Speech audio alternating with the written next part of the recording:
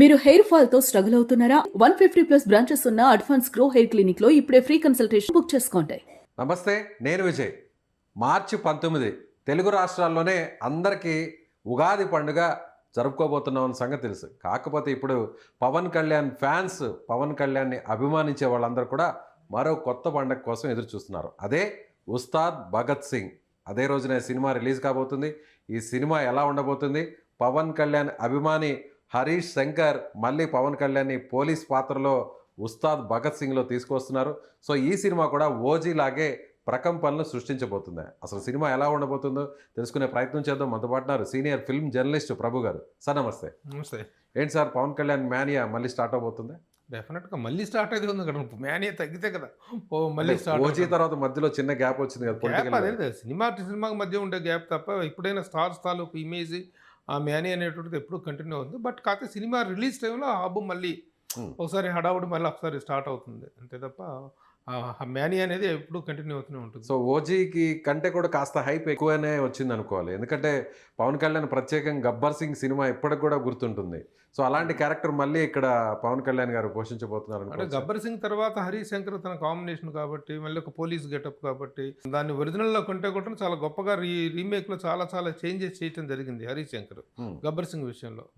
ఇప్పుడు దీంట్లో కూడాను కొత్తగా ఒక అభిమాని డైరెక్ట్ చేస్తే ఒక అభిమాన తమ స్టార్ని ఎంత బాగా ప్రజెంట్ చేయగలడు, మాస్క్ ఎంత దగ్గరగా తీసుకెళ్ళగలడు అనే అంశాలను మాత్రం పరిగణలోకి తీసుకొని హరీష్ శంకర్ నా more than a director he's the fan of Pawan Kalyan కావటం అనేటువంటిది ఈ సినిమాకి యాడెడ్ ప్లస్.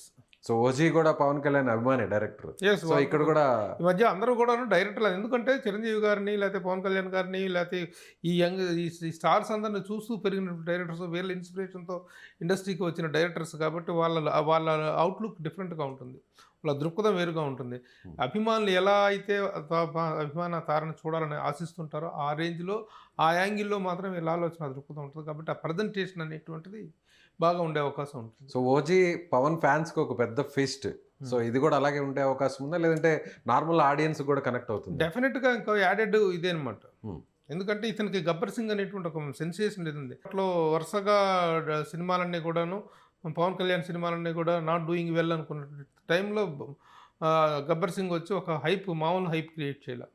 ఒక టర్నింగ్ అనమాట తన కెరీర్లోనే ఒక ఇన్నింగ్స్, ఒక ఫ్రెష్ ఇన్నింగ్స్ స్టార్ట్ చేసిన సినిమా గబ్బర్ సింగ్ కాబట్టి ఆ కాంబినేషన్ కాబట్టి ఇది ఇంకా high level expectations, high level buds ఉంది. దానికి తోడు రిలీజ్ అయినటువంటి సాంగ్స్ కానీ రిలీజ్ అయినటువంటి అన్నీ కూడాను ట్రైలర్స్, మన జరిగిన ప్రీ రిలీజ్ ఈవెంట్ ఇవన్నీ కూడా సినిమాకి మంచి హైప్ తీసుకొచ్చింది. సినిమాలు సాధారణంగా అనుకున్న డేట్ నుంచి పోస్ట్ పోన్ అవుతుంటాయి, కానీ ఈ సినిమా అనుకున్న డేట్ నుండి ప్రీపోన్ అవ్వటం అనేటువంటిది ప్రత్యేకంగా చెప్పుకోవాల్సిన విషయం. మాస్ ఎలిమెంట్స్ అన్నీ కూడా ఉంటాయి, ఒక్క డ్యాన్స్ తప్ప అనేది కొంత అందరు కూడా భావిస్తుంటారు. కానీ ఈ సినిమాలో మాత్రం ఒక పాట మనం ఆల్రెడీ చూస్తాం, పెద్ద వైరల్ అయిపోయింది. పవన్ కళ్యాణ్ గారు చేసినటువంటి ఆ డ్యాన్స్ అసలు ఇప్పటివరకు దాదాపు ఒక దశాబ్దంలో అలాంటి డ్యాన్స్ పవన్ కళ్యాణ్ చేయలేదంటే అవనొచ్చా? పవన్ కళ్యాణ్ తను డ్యాన్స్ మూమెంట్స్ బాగా చేస్తారు, కానీ చేయలేను అనేటువంటి ఇన్ఫీరియర్ ఫీల్డ్లో ఉంటాడు. తాను చిరంజీవి గారితో పోల్చుకొని అయ్యో అన్నయ్య ఎంత బాగా నేను చేయలేకపోతున్నానే, లేకపోతే ఇంకా కొత్త కుర్రోళ్ళు ఎవరితో పోల్చుకొని వాళ్ళతో నేను బాగా చేయలేకపోతున్నాను ఇంటర్నల్ ఫీలింగ్ ఉంటుంది. కానీ యాక్టివ్గా ఆ పర్టికులర్ సాంగ్కి, ఆ పర్టికులర్ బీట్కి కావాల్సినటువంటి మూమెంట్స్ ఎప్పుడూ ఇస్తున్నాడు. మనం ఇవి చూసుకోండి, ఆ రోజులో సుస్వాగతం దగ్గర నుంచి చూసుకోండి. చేయలేను అన్నది తన ఫీలింగ్ తప్ప చేసినంత వరకు బాగానే చేస్తున్నాడు అనేటువంటిది పబ్లిక్లో ఉన్నటువంటి టాక్. సో పక్కన శ్రీలీల హీరోయిన్ రాశి కన్నా శ్రీలీల ఉంది కాబట్టి శ్రీలీల విషయానికి వచ్చేటప్పటికి డ్యాన్స్ విషయంలో ప్రతి ఒక్కళ్ళు మహేష్ బాబు లాంటి స్టార్ కూడా స్టేట్మెంట్ ఇచ్చాడమ్మో ఈ అమ్మాయి చేయాలంటే ఒళ్ళు హోనం అయిపోతుంది అని. అది ఆ అమ్మాయికి ఇచ్చినటువంటి ఒక చిన్న క్రెడిటే తప్ప తను చేయలేకపోవటం అంటే లేదు. అంత నిజంగా ఆ అమ్మాయి అంత గొప్పగా చేయరు. ఇప్పుడు కొంతమంది ఉంటారు, ఒకప్పుడు భానుప్రియ గారు, రాధ, రంభ, చిరంజీవి గారిని ఒక సందర్భంలో నేను అడిగాను చిరంజీవి గారిని, సార్ మీరు డ్యాన్సింగ్ చాలామంది మీరు హీరోయిన్లను చూడరు, మిమ్మల్ని చూస్తుంటారు, కానీ మిమ్మల్ని కాంపిటేటివ్గా ఫీల్ అయ్యి అలర్ట్గా ఉండాలి అనిపించే హీరోయిన్ ఎవరన్నా అడిగితే ఆయన చెప్పి సమాధానం నాకు షాక్ అనిపించింది. రంభ పేరు చెప్పారు ఆయన. రంభ మూమెంట్స్ పిచ్చిదానిలాగా అమాయకురాలాగా కనిపించుద్ది, కానీ కెమెరా ముందుకు వచ్చి అమ్మాయి కనుక మూమెంట్స్ ఇచ్చిందంటే చాలా చాలా బాగా ఇస్తుంది కటింగ్స్ అవి అని చెప్పారు. ఆ విధంగా ఇప్పుడు శ్రీలీలకు ఆ పేరు వచ్చింది కాబట్టి ఆ అమ్మాయి పాయింట్ ఆఫ్ వ్యూలో చెప్తారు తప్ప ఇక్కడ రిక్వైర్డ్ అమౌంట్ ఆఫ్ మూమెంట్స్ తను చేస్తున్నాడు. సాంగ్ లో మాత్రం చాలా బాగా డాన్స్ వేశారు, బాగా వైరల్ అయింది. చాలా సినిమాలో చాలా మంచి మూమెంట్స్ చేశాడు తను. ఆయన నేను డాన్స్ చేయలేనేటువంటిది ఆయనలో ఆయనకున్న ఫీలింగ్ తప్ప పబ్లిక్లో ఏం లేదు. సో ముఖ్యంగా హీరోయిన్స్ ఆ ఇద్దరు ఎలా సెట్ అవుతారు? ఫిట్ అవుతారా పవన్ కళ్యాణ్ పక్కన రాశి కన్నా కానీ? ఫిట్ ఏదే ఉంది, హీరోయిన్స్ ఫిట్ ఏదే ఉంది. ఆ అమ్మాయి రాశి కన్నా చాలా మంచి యాక్ట్రెస్ ఆ అమ్మాయి. ఆ అమ్మాయి లాయర్ క్యారెక్టర్ ఒకటి చేసింది ఆ సినిమాలో. ఎంత అద్భుతంగా చేసిందంటే ఎంత కామెడీ పంచి అంత బాగా చేస్తుంది. చాలా మంచి హీరోయిన్ రాశి కన్నా. పర్ఫార్మెన్స్ చాలా బాగా చేస్తుంది. అలాగే Sreeleela very electrifying girl. First cinema పెళ్లి సందడిలోనే చూస్తున్నప్పుడే రాఘవేంద్రరావు గారికి చెప్పాను, మీరు ఎంతోమందిని ఇంట్రడ్యూస్ చేశారు సార్, కానీ ఈ అమ్మాయి వీళ్ళు కీప్ అప్ యువర్ నేమ్ అని చెప్పేసి రాఘవేంద్రరావు గారితో చెప్పడం జరిగింది. కాబట్టి శ్రీలీల మంచి హీరోయిన్లు. అప్ టు క్యారెక్టర్స్ ఏంటనేది మన సినిమా చూస్తే కానీ తెలియదు. సో ముఖ్యంగా ఒక చిన్న కాంట్రవర్సీ కూడా నడుస్తుంది. అది కాంట్రవర్సీ అనాలో లేకపోతే దాన్ని ఏమనాలో అర్థం కావట్లేదు. బ్యాక్గ్రౌండ్ మ్యూజిక్ ఇక్కడికి వచ్చేసరికి మళ్ళీ తమ్మన్ వచ్చేసాడు. ఓజీలో తమ్మన్ మేనియా మనం చూసాం, మళ్ళీ ఇక్కడికి వచ్చేసరికి కూడా తమ్మన్ వచ్చాడు. సాంగ్స్ ఏమో కంపోజ్ చేసింది దేవిశ్రీ ప్రసాద్.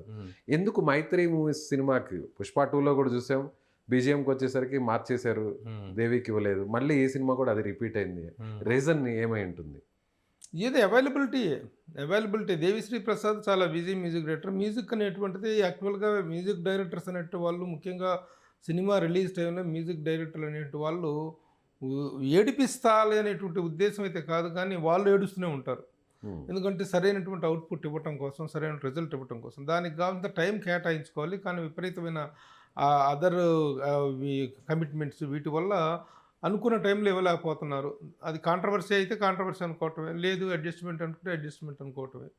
2 సార్లు వరుసగా అది మైత్రి మూవీ మేకర్ సినిమాలకే జరగటం అనేటువంటిది వాళ్ళ మధ్య సరైనటువంటి, ఎందుకంటే దేవి మెడ్రాస్లో ఉంటాడు, చెన్నైలో ఉంటాడు తను అక్కడ ఉండటం వల్ల రికార్డింగ్ అనేటువంటిది పూట అక్కడ నుంచి ఇక్కడ నుంచి మనుషులను పంపించుకోవటం, కొంత ట్రాక్స్ తెప్పించుకోవటం, అలాంటి రకరకాల గొడవలు ఉంటాయి దాంట్లో.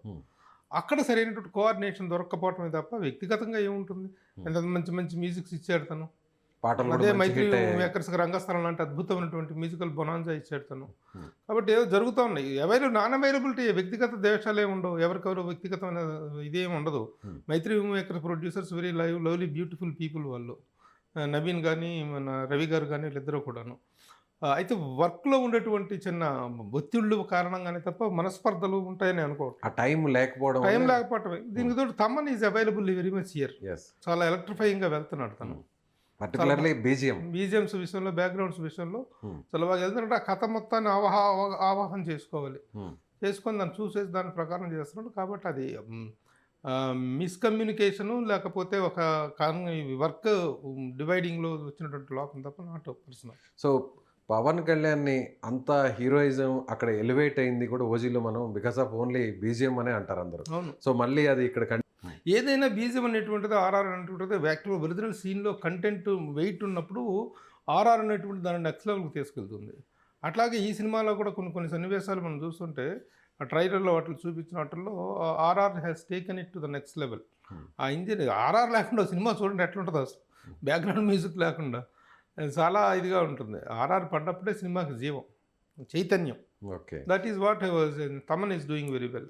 సో పవన్ కళ్యాణ్ గారి సినిమాలో డైలాగ్స్ డిఫరెంట్గా ఉంటాయి. గబ్బర్ సింగ్లో కూడా చూసాం, ఇప్పుడు మళ్ళీ అదే కాంబినేషన్. సో ఆ సినిమా తర్వాత మళ్ళీ ఇప్పుడు హరీష్ శంకర్ పవన్ కళ్యాణ్తో కలిసి వస్తున్న సినిమా ఇది. సో డైలాగ్స్ కూడా అదే స్టాండర్డ్స్లో ఎవరు ఊహించిన విధంగా ఉంటాయా? డెఫినెట్గా అడిగి. అయితే డైలాగుల్లో ఎలాంటి పొలిటికల్ పంచెస్ కానీ ఉండవు. యాక్చువల్గా ఇప్పుడున్నటువంటి సిచ్యువేషన్లో ఆయన ఆంధ్రప్రదేశ్ డిప్యూటీ సీఎంగా ఉన్న తరుణంలో రాజకీయపరమైనటువంటి ఒక ప్రత్యర్థిత్వం అనేటువంటిది నడుస్తున్న టైంలో పొలిటికల్ పంచెస్ ఉంటాయి అనుకుంటే పొలిటికల్గా ఎలాంటి ఇది వెళ్ళొద్దు అని తను చెప్పడం, హరీష్ శంకర్ కూడాను ఆ యాంగిల్లో, నిర్మాతలు కానీ డైరెక్టర్ కానీ ఆ యాంగిల్లో ఆలోచించకుండా సినిమాలో డైలాగులు పొలిటికల్ పంచెస్ కావాలని తెచ్చి పెట్టుకుంటే అది పొలిటికల్ సినిమా అవుతుంది. This is not a political film, is a cap.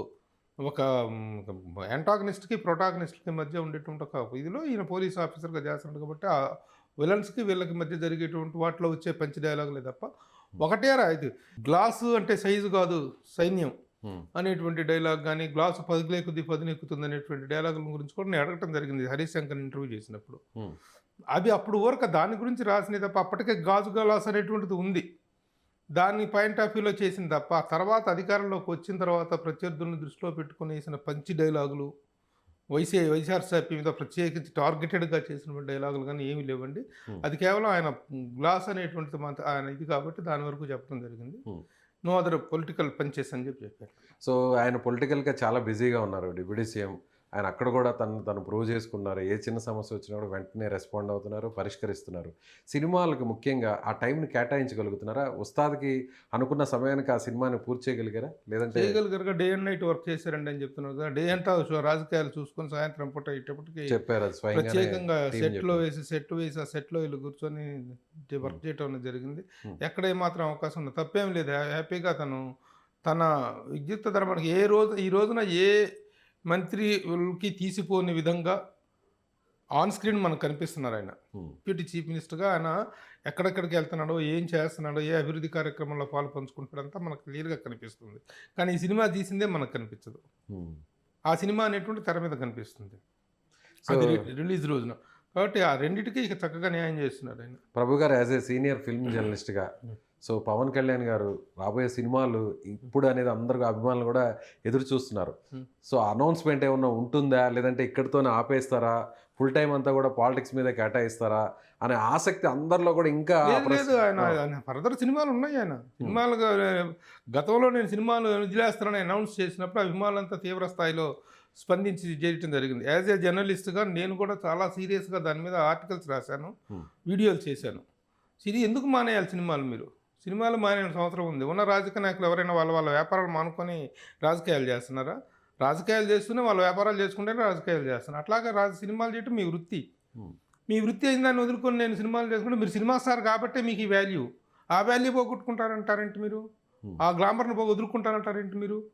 కాబట్టి అభిమానులు అనేటువంటి వాళ్ళు ఒక పీక్ స్థాయికి వెళ్ళిపోయి మిమ్మల్ని ఆరాధిస్తున్నప్పుడు ఏ సినిమా వాడిగా మీకు ఇంత ప్రాచుర్యం వచ్చిందో, ఏ సినిమా వాడిగా మీకు ఇంత ఫాలోయింగ్ వచ్చిందో దాన్ని వదిలేసుకుంటాను అనేటువంటిది అవివేకమైన చర్య అని నా ఉద్దేశం. సో పవన్ కళ్యాణ్ గారు కాబట్టి అదే విషయాన్ని ప్రస్తావించారు. ఆయన నాకు ఈ అవకాశం వచ్చింది, నేను ఈరోజు డిప్యూటీ సీఎంగా ఉన్నాను, పాలిటిక్స్లో రాణిస్తున్నానంటే బికాస్ ఆఫ్ సినిమా ఫ్యాన్స్ అని కూడా చెప్పారు. కాబట్టి ఆయన అది వదులుకుంటాననేటువంటి నిర్ణయం గతంలో చేశారు, కానీ అది రాగానే ఆయనే రియలైజ్ అయినట్టున్నారు. So he can continue, he has to continue. Okay.